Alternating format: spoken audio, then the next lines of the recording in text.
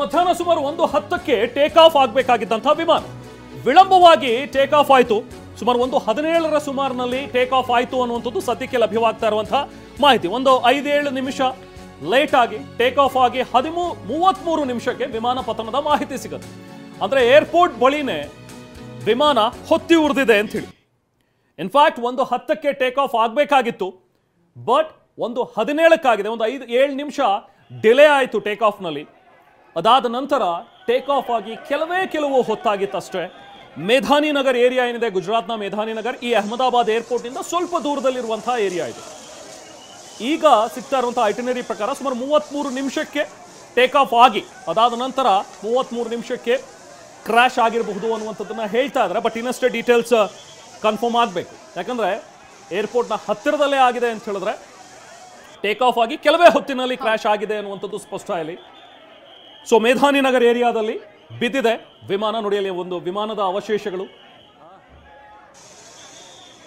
ಎಲ್ಲವೂ ಛಿದ್ರವಾಗಿ ಬಿದ್ದಿವೆ. ನಮಗೆ ಹಿಂದೆ ಆಗಿರುವಂತಹ ಘಟನೆಗಳೆಲ್ಲ ಟೇಬಲ್ ಟಾಪ್ ಆಗಿರ್ಬೋದು ಅಥವಾ ಇನ್ನೇನೋ ಲ್ಯಾಂಡಿಂಗ್ ಸಂದರ್ಭದಲ್ಲಿ ಆಗಿರುವಂತ ದುರಂತಗಳನ್ನ ಗಮನಿಸಿದ್ವಿ. ಬಟ್ ಟೇಕ್ ಆಫ್ ಸಂದರ್ಭ ಈಗಲೇ ನೀವು ಹೇಳ್ತಾ ಇದ್ರಿ ಟೇಕ್ ಆಫ್ ಕೂಡ ವಿಳಂಬ ಆಗಿತ್ತು ಅಂತ. ಬಹುಶಃ ಇವನ್ನೆಲ್ಲ ಅನಲೈಸ್ ಮಾಡ್ತಾರೆ ಅಂತ. ಟೇಕ್ ಆಫ್ ವಿಳಂಬ ಆಗಿರೋದಕ್ಕೆ ಏನ್ ಕಾರಣ ಆಗಿತ್ತು, ತಾಂತ್ರಿಕ ದೋಷ ಆಲ್ರೆಡಿ ಇತ್ತ, ಏನಾಗಿತ್ತು, ಇವೆಲ್ಲವೂ ಕೂಡ ಇನ್ನಷ್ಟೇ ಗೊತ್ತಾಗಬೇಕಿದೆ. ಟೇಕ್ ಆಫ್ ಕೂಡ ಲೇಟ್ ಆಗಿತ್ತು. 33 ನಿಮಿಷಕ್ಕೆ ವಿಮಾನ ಪತನವಾಗಿರುವಂತ ಮಾಹಿತಿ ಇದೆ ಅಂತ ಹೇಳಿದ್ರೆ ಟೇಕ್ ಆಫ್ ಆದ ನಂತರ. ಎಕ್ಸಾಕ್ಟ್ಲಿ ನೀವು ಹೇಳ್ತಾ ಇದ್ದಾಗೆ ಸಾಮಾನ್ಯವಾಗಿ ಪ್ಲೈನ್ ಕ್ರಾಶ್ ಆಗುವಂಥದ್ದು ಲ್ಯಾಂಡಿಂಗ್ ಸಂದರ್ಭದಲ್ಲಿ ನಾವು ಗಮನಿಸ್ತೇವೆ.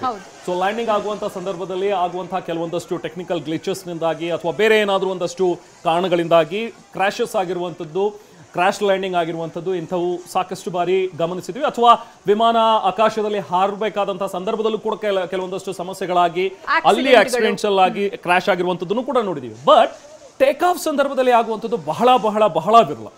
ಇವತ್ತು ಅಹಮದಾಬಾದ್ನ ಗುಜರಾತ್ನಲ್ಲಿ ಆಗಿರುವಂಥದ್ದು ಇದೊಂದು ಬಿಗ್ಗೆಸ್ಟ್ ಡಿಸಾಸ್ಟರ್ ಅನ್ನುವಂಥದ್ದನ್ನ ಹೇಳಬೇಕು. ಯಾಕಂದ್ರೆ 242 ಜನ ಪ್ರಯಾಣಿಸ್ತಾ ಇದ್ದಂತಹ ವಿಮಾನ ಇದು.